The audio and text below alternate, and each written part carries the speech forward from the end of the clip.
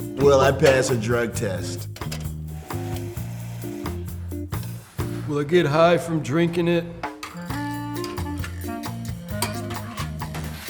There's no THC whatsoever.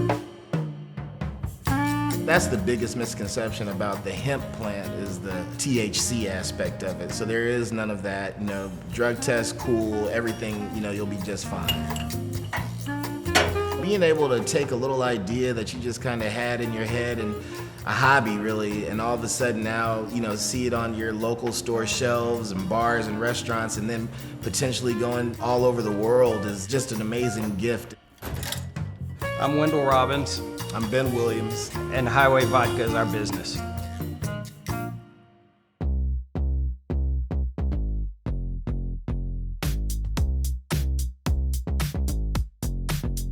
We started distilling just as a hobby about 9 years ago.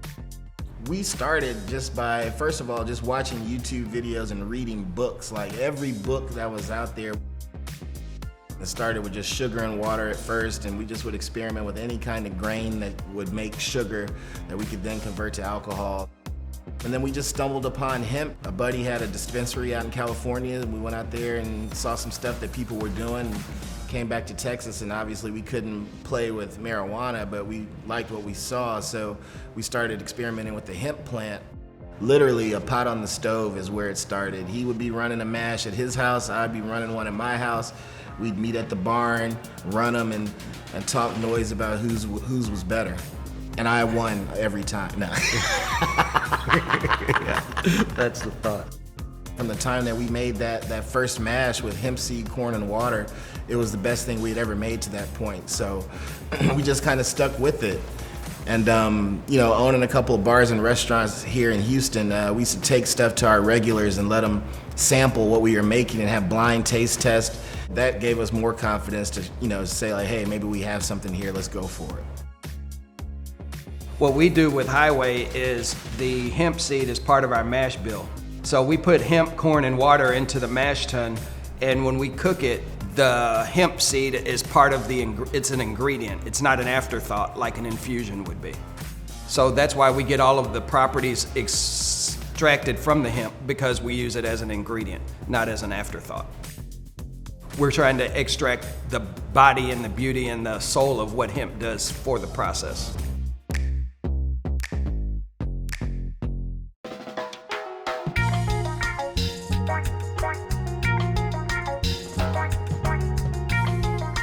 Where we're sitting right now was actually, we would be inside of a horse stall.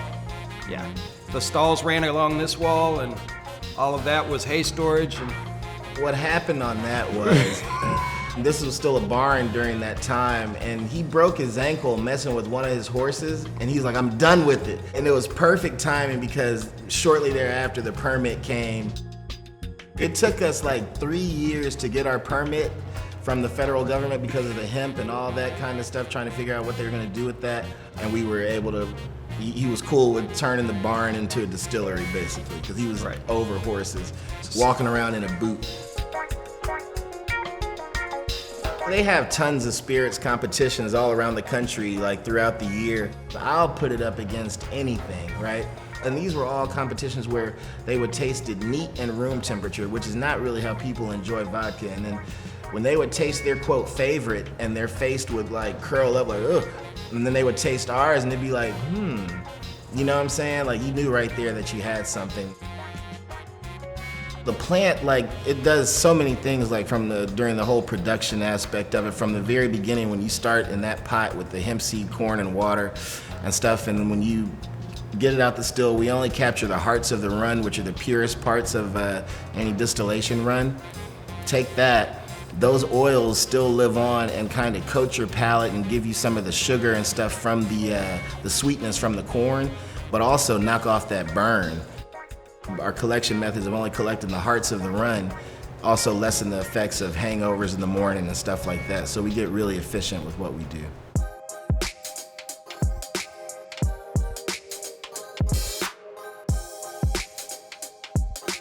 My role includes making the product, bottling the product, talking with distributors and making sure that orders are fulfilled, as well as managing the team. And I have a lot of responsibilities, but my main job is making sure the product is made to perfection. Back in those days that I was making Highway on a pot on the stove, Cody was kind of like my assistant. She's always kind of been my right-hand person to help me with whatever. I love social media, so I want to make sure that I can help kind of keep Highway hip and trendy, because having two old guys run the business, like they fall off with the TikToks and the Instagram. They don't really care about that. So I hope that my knowledge of that can help push the business forward and continue to keep us, growing. Ben and I talk about that all the time, that we're trying to set up businesses that can be legacies left to the children. And so that's the whole point. We've never taken home a check, but Cody has. We make sure that the kids are good. Right now, we're all throughout Texas. We're in Georgia. We're also in Southern California and Southern Florida, and available online for shipping to just about every state. But this year, we're planning to, we're scaling up crazy, and we're about to be released throughout the whole nation this year. So we're really excited about that. When I go somewhere and I see it on a bar or in a menu or in a liquor store in some corner of wherever, it's just like, dang, you drag your kids in there. My kids are younger than his. You can drag them in there and be like, look, you know what I'm saying? See, when I had you stirring that pot, it was worth it. Hopefully, my girls, when they get of age, they take interest and they want to, be a part of this as well.